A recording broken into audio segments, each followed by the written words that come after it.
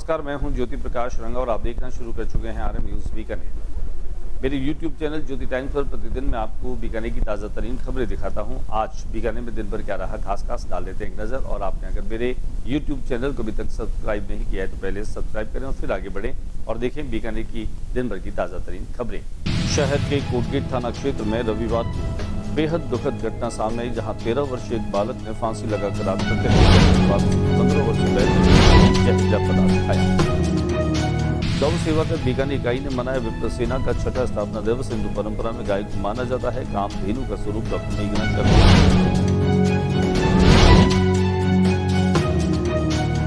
शहीद मंगल पांडे की जयंती पर पुष्पांजलि अर्पित, देशभक्ति और बलिदान को किया नमन।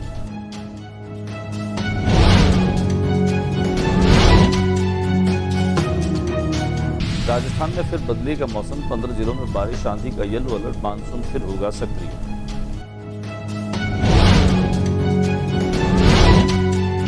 इकतीस फीट ध्वजा लेकर माजी साहब बाड़ी से भक्त विक और डुम्बेश्वर के लिए पैदल रवाना।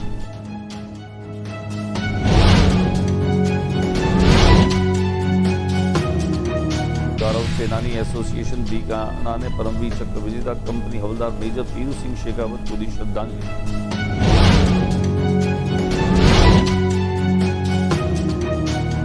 प्रधानमंत्री सुरक्षित मातृत्व अभियान, बीकानेर में 2,500 से अधिक गर्भवती की प्रसव पूर्व जांच, हाई रिस्क मामलों के लिए उपचार योजना।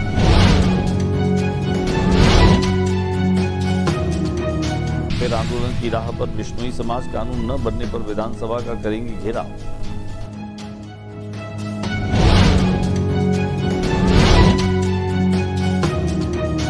कलाकार एक फनकार अनेक बैनर का हुआ विमोचन। अमन कला केंद्र का कार्यक्रम 22 जुलाई।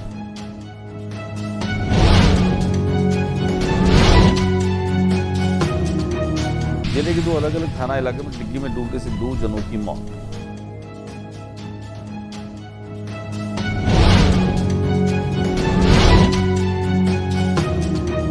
जैन कन्या कॉलेज में फेयरवेल का आयोजन, रैंप वॉक पर टैलेंट के छात्राओं ने बिखेरा जलवा।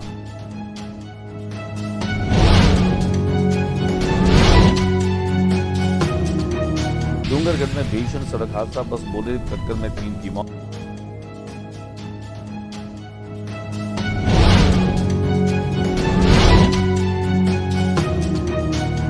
बीकानेर यूथ गेम का समापन समारोह होगा सोमवार की शाम 5 बजे रिद्धि सिद्धि पैलेस में।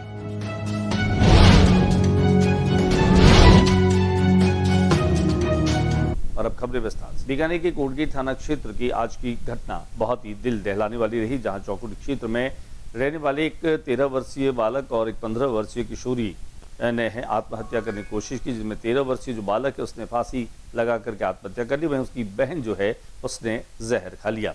जानकार सूत्रों के मुताबिक दोनों भाई बहन में जो है वो झगड़ा हुआ था। झगड़े की बात इस कदर पहुंची कि भाई ने फांसी का फंदा लगा लिया और बहन ने जहर खा करके आत्महत्या करने की कोशिश की। पड़ोस में लोगों को मालूम चला, तब तक लड़का जो है उसकी मौत हो चुकी थी, लेकिन लड़की को अस्पताल पहुंचाया गया।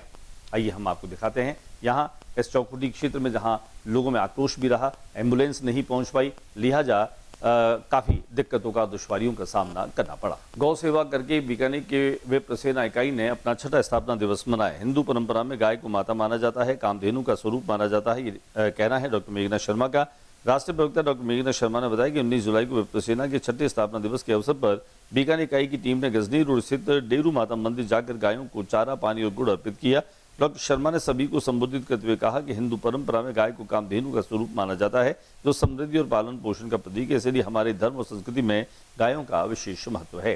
दिखाते हम आपको इसकी कुछ तस्वीरें। शहीद मंगल पांडे की जयंती के मौके पर पुष्पांजलि अर्पित करते हुए श्रद्धांजलि दी गई। देशभक्ति और बलिदान को भी नमन किया।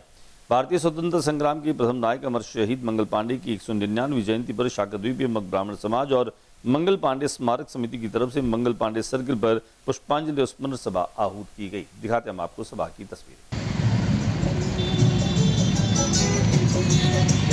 राजस्थान में फिर से मौसम बदलेगा। मौसम विभाग की भविष्यवाणी के अनुसार 15 जिलों में बारिश का अलर्ट किया गया है। बारिश और आंधी के येलो अलर्ट के बाद एक बार फिर से मानसून सक्रिय होने के संकेत मिले हैं। राजस्थान में मानसून की रफ्तार फिलहाल धीमी पड़ने से अधिकांश क्षेत्रों में अपेक्षित बारिश नहीं हो सकी। बारिश नहीं होने से उमस और गर्मी बढ़ गई तथा लोग राहत की बारिश का इंतजार कर रहे हैं। हालांकि अब मौसम विभाग ने प्रदेश में एक बार फिर मानसून के सक्रिय होने के संकेत दिए हैं। मौसम केंद्र जयपुर के अनुसार पहले पूर्वी राजस्थान, उसके बाद पश्चिम राजस्थान बारिश की गतिविधियां बढ़ने की संभावना है। रविवार को प्रदेश के 15 जिलों में आंधी और बारिश का येलो अलर्ट जारी किया गया। 31 फीट ध्वजा को लेकर के माजीसा के बाद से भक्त जो हैं वो कौडम देशत पैदल ही रवाना हुए। गुप्त नवरात्र में पूजा उपासना के दौर चल रहे हैं। कोई देवी पूजा में लीन है तो कोई भैरव की भक्ति में लीन नजर आ रहा है। आस्था के शहर बीकानेर में आए दिन भक्त अपने भगवान को रिझाने के लिए अनेक जतन करते हैं। इसी तरह भैरव भक्तों का जत्था 31 फीट ध्वजा को लेकर के और रानी माजीसा के बाद से रवाना हुआ। दिखाते हैं आपको जत्थे की तस्वीर।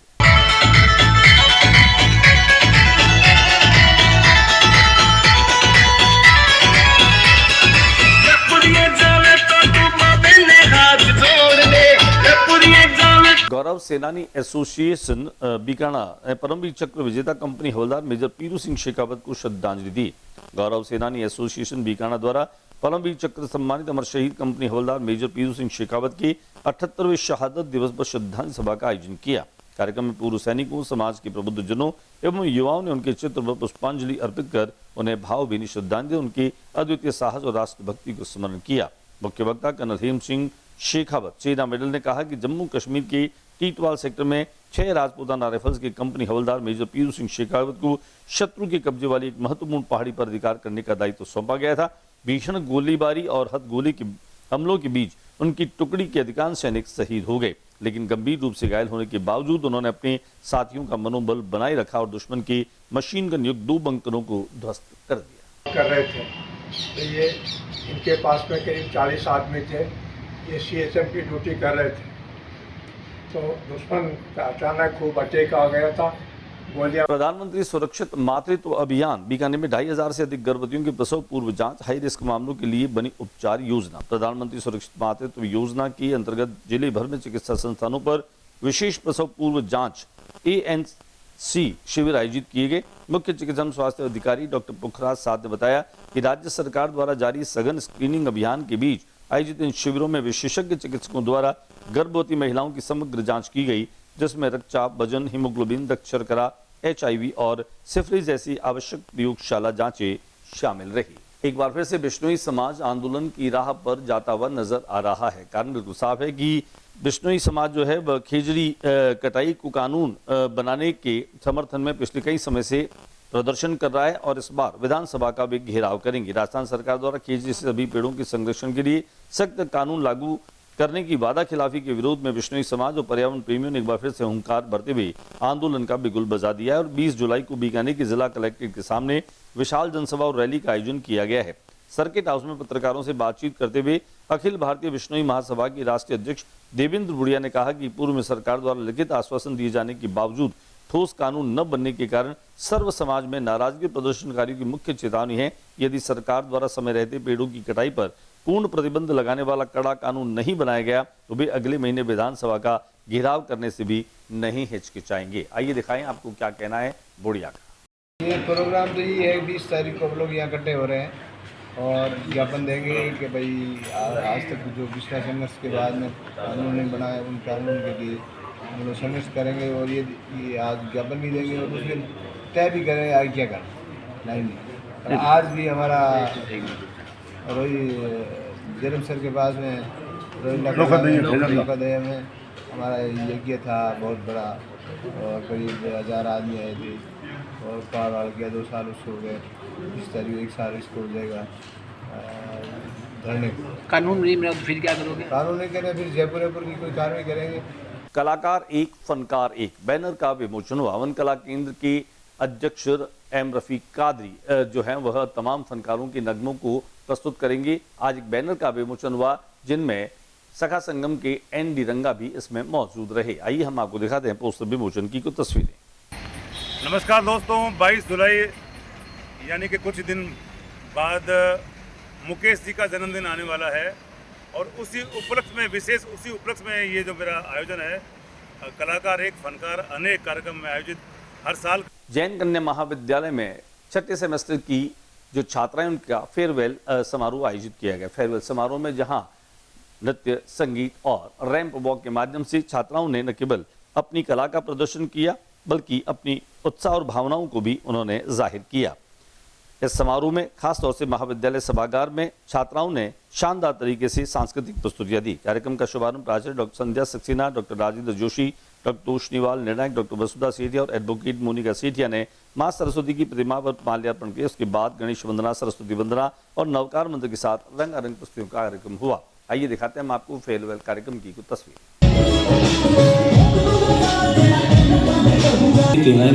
मैंने चाय बनाता है, गाँव में पसंद है।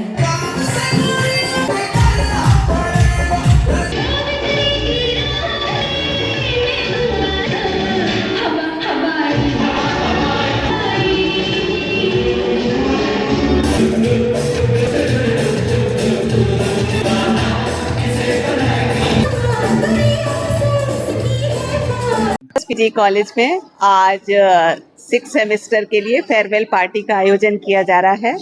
ये सारा ही प्रोग्राम इनके जूनियर्स ने, जिसमें फर्स्ट सेमेस्टर से लेकर 5th सेमेस्टर तक के स्टूडेंट हैं, उन्होंने अपने सीनियर्स के लिए अरेंज किया है।